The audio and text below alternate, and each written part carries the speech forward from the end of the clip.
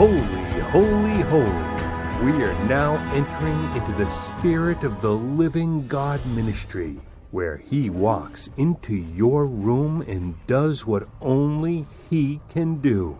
And now, here is your host and teacher, Pastor Jedediah. Hi, this is Pastor Jedediah. I'm coming to you live today from the Spirit of the Living God Studios. I want to welcome you today. I want to invite you to give us just a few minutes to speak a word into your life that can touch your heart and change your life forever. Whether you receive this in the morning when you wake up, or whether you take a break on your lunch and you look at it on your smartphone, or in the afternoon when you come home and you're relaxing, you take this in. We just want to speak a blessing into your life. So go with me to Luke chapter 8, verses 1 through 3, and I'm reading from the Names of God version of the Bible. And we're going to be talking about ministry and ministry support and what our role is and what your role is in ministry.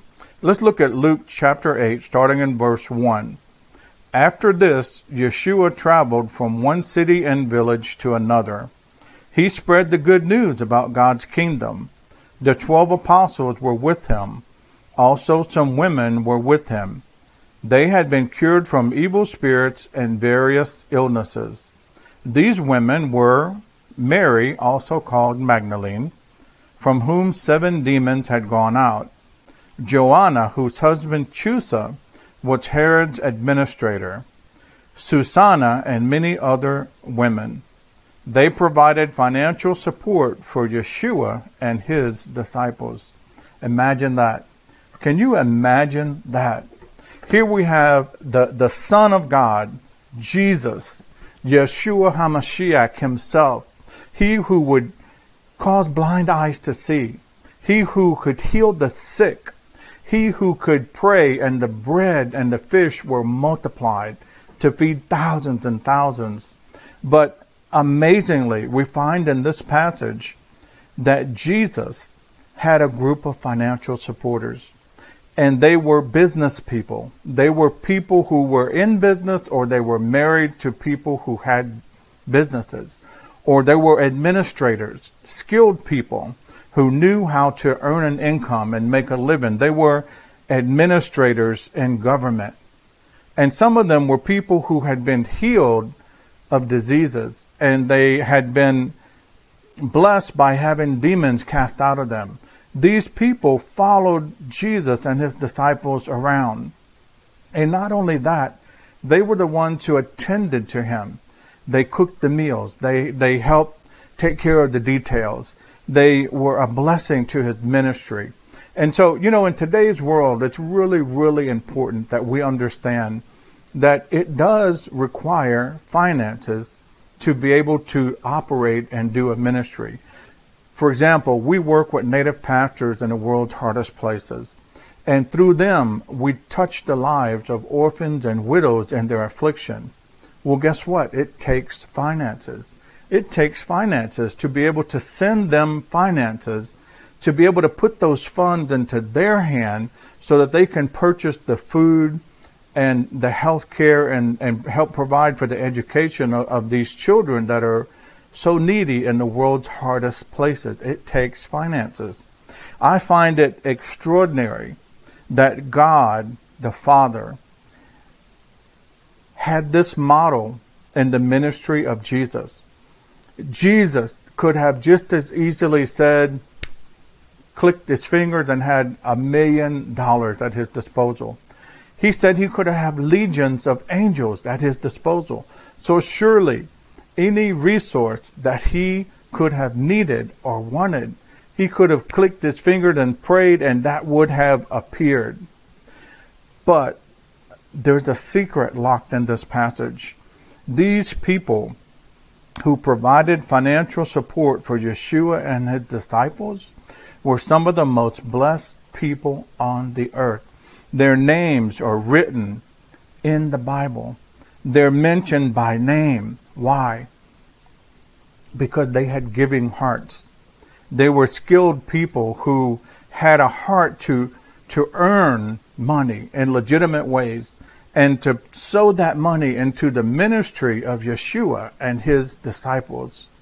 Maybe that's on your heart today. I know, the business world right now is very, very difficult. Things are very hard. Except I know the truth that there are a lot of you who in these difficult times are making a lot of money. You are making really good finances because the Lord is blessing you, giving you wisdom and understanding about how to move in these conditions and how to earn money and how to make investments. I know some people who are multimillionaires, and sometimes they sow a little bit into the ministry, but it's almost like not even pocket change for them. God really wants to bless you. That's why he gives us the opportunity to participate in ministry through our sowing, not just our tithes and our offerings, but our giving of ourselves and our giving of our finances to help support those who are in ministry. And so I just want you to pray about that today and realize that in Luke chapter 8, verses 1 through 3, we're finding that Yeshua, Jesus, the Son of God, had a group of supporters who supported him financially. They also came alongside him and helped the ministry in every way that they could. But they provided financial support for Yeshua and his disciples. Wouldn't that be great today if you could tell your children, hey, our family is providing financial support for X pastor or Y pastor, or we're providing gifts to feed needy children. We're providing gifts to help a native pastor in one of the world's hardest places, or we're helping to do what most people would never do. We're helping to underwrite the cost of ministry. We're helping through our financial giving to be a blessing to the kingdom of God. And so that's what it's all about. We're here to glorify God. You live to glorify God. Glorify him through your business, through your life, through your prayers, through your giving. And so I just want to plant that seed in your mind today that you have a very, very important role in ministry. And in fact, one of the things that I have come to love to do, although we have, we're a nonprofit international ministry, and we have accounting programs to account for the donations that are giving and the giving that happened. We have very secure accounting programs. But I myself personally, I have a binder, and in that binder I have each pastor's name that we work with in different places around the world.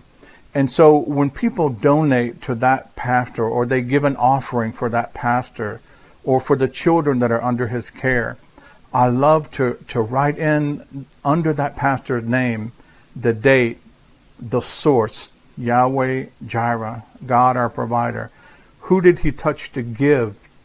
He touched the Joneses, and they're given $30 every month, or they're given this one-time gift of $10, or maybe they're given a special gift of $1,000 to help feed maybe 500 orphans.